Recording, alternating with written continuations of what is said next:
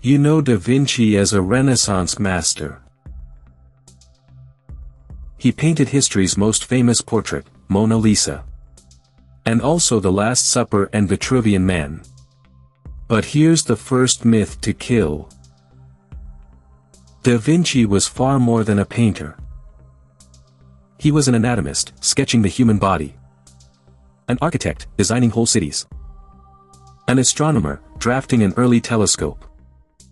A botanist, engineer, forging endless machines.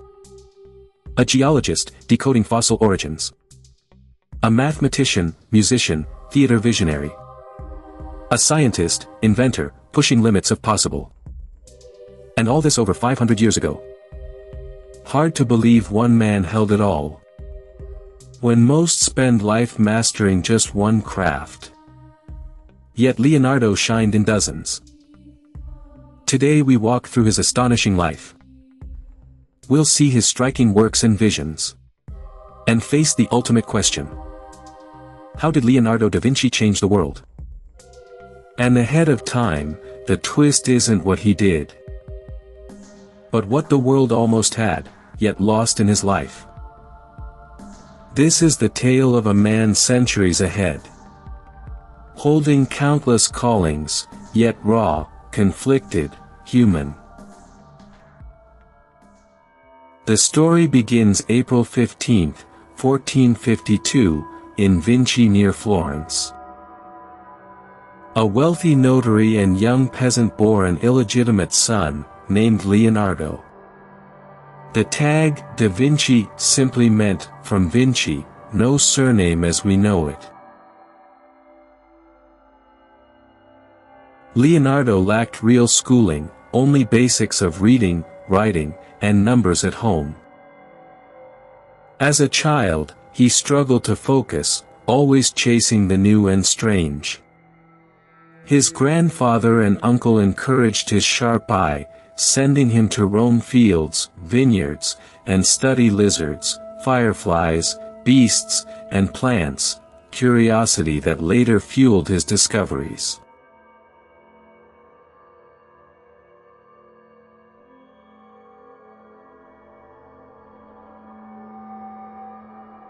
Instead of grinding Latin, the boy watched streams, dragonflies, and grass for hours. That habit of staring into the ordinary stayed with him for life.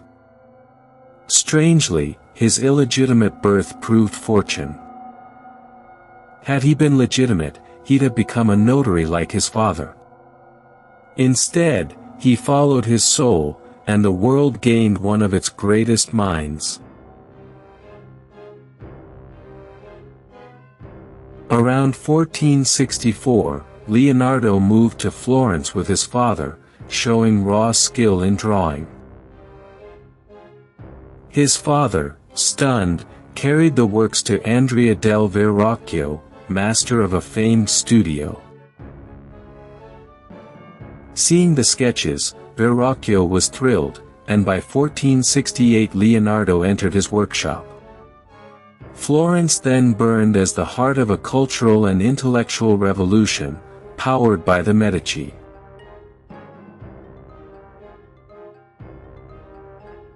Historians argue without their patronage, the Renaissance might never have blazed so bright. The Medici built the world where Leonardo, Botticelli, and Michelangelo thrived. It was rare fortune, wealth and power feeding beauty, science, and art, fueling talent. Leonardo was born in the right place, at the right time, and seized it fully. In Verrocchio's studio, pupils learned all: chemistry, metal, wood, painting, sculpture. Even then, young Leonardo surpassed his master. On the baptism of Christ, he painted one angel, so vivid it silenced Verrocchio's hand.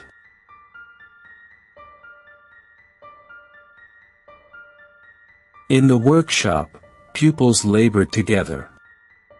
Young Leonardo mastered every craft, casting, carving, mixing paints. These years gave him skill and a sweeping vision for life.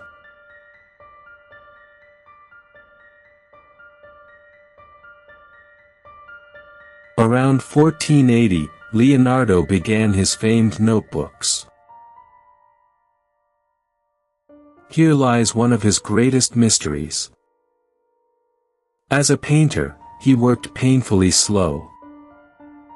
Only about 20 of his paintings survive. Shockingly few for such genius, many left unfinished. But his writings, countless. Over 13,000 pages of notes and sketches. About 7,000 still remain today. And here's the strange part. Almost all written in mirror script, right to left. To the eye, his words look like a cryptic code. Many believed he hid secrets. But that's a second myth, easily broken. Leonardo was left-handed, ink smeared easily. To keep fresh lines clean, he trained himself to write backward. Yet in letters to others, he wrote left to right, like all. No secret here at all. Hold his notes to a mirror. They read clear, plain. It was easier for him, pure Leonardo. Practical, inventive mind. These notebooks rival his art. In 1994, Microsoft's Bill Gates bought one, 36 pages, for over $30 million. Imagine, a few dozen sheets fetch a fortune. Proof of the value in his restless thoughts. On these pages he roamed all, water, moon, bird flight, heart's work, jumping fast, like a child in Vinci. And sometimes, they reveal the man. We think the great are unlike us, free of pain. Not true.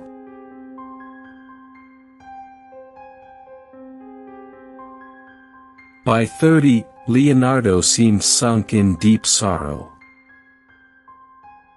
Beside a clock sketch he wrote bitter lines. We have tools to measure these pitiful, fleeting days. And elsewhere, that learning to live was learning to die. One friend even wrote to him, asking why Leonardo was so sad. And in that, he was just like us, full of doubt, searching for meaning. Hard to believe the man who painted history's most iconic image. And left a legacy we still admire today. Wrestled with the same questions about life and his place in it. That haunt every one of us. We want to believe the great ones who changed our world never felt ordinary human pain. But Leonardo proves that's a lie. He had another weakness, infamous. He constantly abandoned what he started. Commissioned works often went unfinished. As he chased something new. That habit wrecked his reputation with patrons. That's why so few of his paintings survive. He raced after a fleeting thought, leaving much undone. In 1482, he moved to Milan, another side emerged. Before leaving, he wrote a stunning letter to ruler Ludovico Sforza. It barely mentions painting, boasts of war machines instead. Portable bridges, cannons raining stone hail. Silent tunnels under moats and rivers. An armored cart to smash enemy lines. Only at the letter's end, the artist casually mentions. He can also sculpt and paint. Odd for such a brilliant painter, isn't it? Maybe it reveals his soul. Maybe painting was just a job for money. His true passion, inventions and discoveries. In Milan, he wasn't the military engineer he dreamed of, but a musician and show designer. Once, a show needed a bird. Leonardo built a wooden mechanical bird with flapping wings. That started his lifelong obsession with flight. His designs often came from theater, needing to stun crowds with clever machines. What others saw as mere amusement, Leonardo's mind turned into science.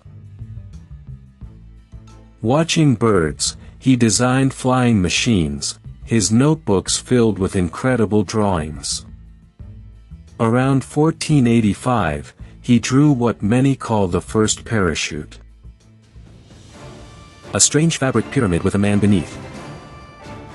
For long, they thought it could never fly. But in 2000, a daredevil jumped from a balloon at 3,000 meters. On a parachute built exactly to his specs and period materials. The drop was softer than modern ones. Think, an idea born 500 years before planes proved real, but no one then could test it. Leonardo peered into a future centuries away. He sketched an air screw, our helicopter's ancestor, and built one of the first bearings to fight friction. He designed a giant crossbow, a turtle-like armored cart bristling with cannons, called the tank's forerunner. Inside, strong men had to crank handles to move the beast. But it proved too heavy for human force, staying only on paper. That was Leonardo. His visions outran his century by 100 years. Most war machines were never built, either too advanced for the era,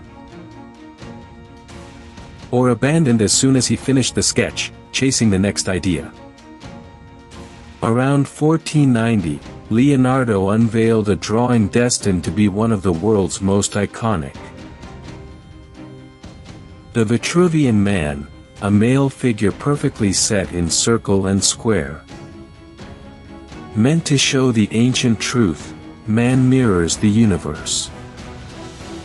Her tiny reflection. The idea traced back to Roman architect Vitruvius, alive 15 centuries before Leonardo. Many believe in this perfect figure the artist partly drew himself. This drawing still marks textbooks, coins, emblems, becoming a symbol of the Renaissance. It embodied faith that man could grasp the cosmos and claim his place. Leonardo's very presence stunned his peers. One writer called him rare in beauty and charm, tall, strong, pleasant. His company soothed even the darkest souls. Stories say he was gracious, generous with friendship, loving debate and new ideas. He relished thinking aloud, trading thoughts as much as working alone. But most striking was his boundless curiosity. He was perhaps the most inquisitive man ever to live. Each week he listed questions: why the sky is blue, how a woodpecker's tongue works. Astonishing, since most of us never dare ask such things. Leonardo not only asked, he hunted answers no one else imagined. That habit of wonder and questioning set him apart from peers, sharper than talent. That same hunger lived with a rare kindness. Leonardo was vegetarian, refused meat, chose linen over leather, rejecting skins of the slain. At markets, legend says, he bought caged birds only to free them. In the 15th century, when no one thought of animal rights, he already knew creatures felt pain like us, and wrote rebukes to man, king of beasts. He believed simple plant food was enough, and reached this not by whim, but by thought. Studying life, concluding animals unlike plants could suffer. For his harsh age, it was a strikingly tender idea. This merciful Leonardo clashes with the same man who sketched endless war machines, a deep contradiction in his nature. His vision stunned. He planned a colossal bronze horse, the largest ever, but in 1494 all 66 tons of bronze were cast into cannons to defend the city from French invasion. The dream stayed on paper. Leonardo spent years on that statue, perfecting the horse's lifelike form.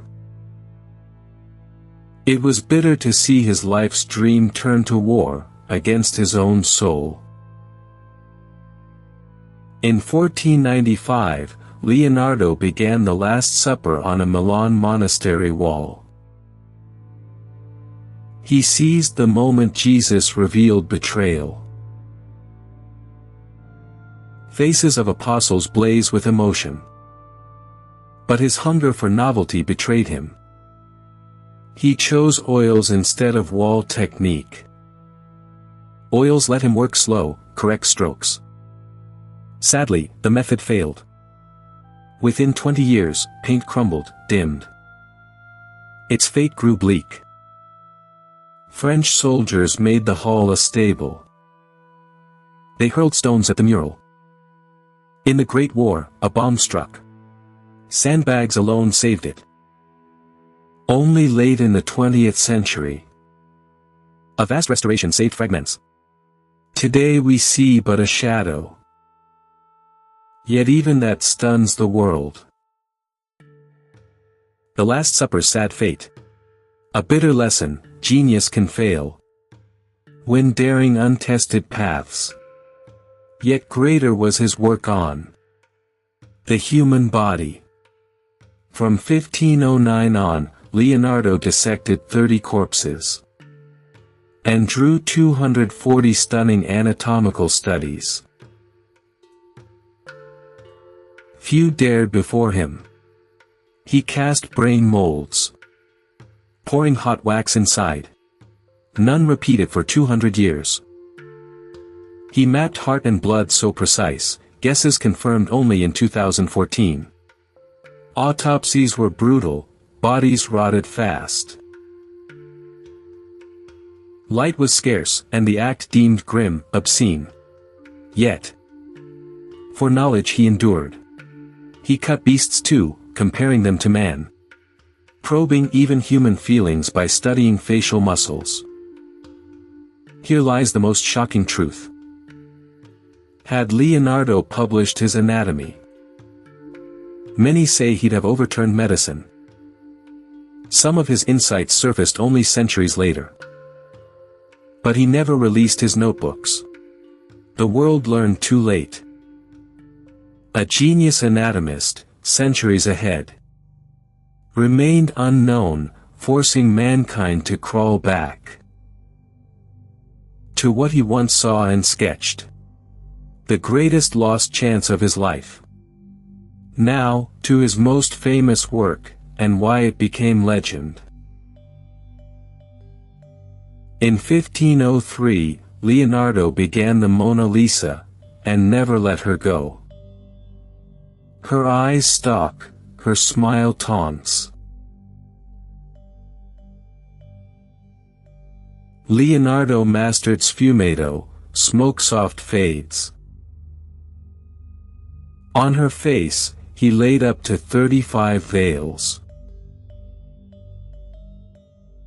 That haze makes her alive, shifting. Her smile slips, morphs before us. The portrait feels enchanted, never done. He carried it till death, unfinished.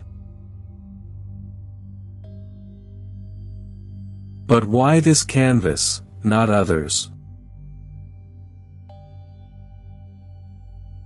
For years, it was obscure, unseen. In 1911, stolen from the Louvre.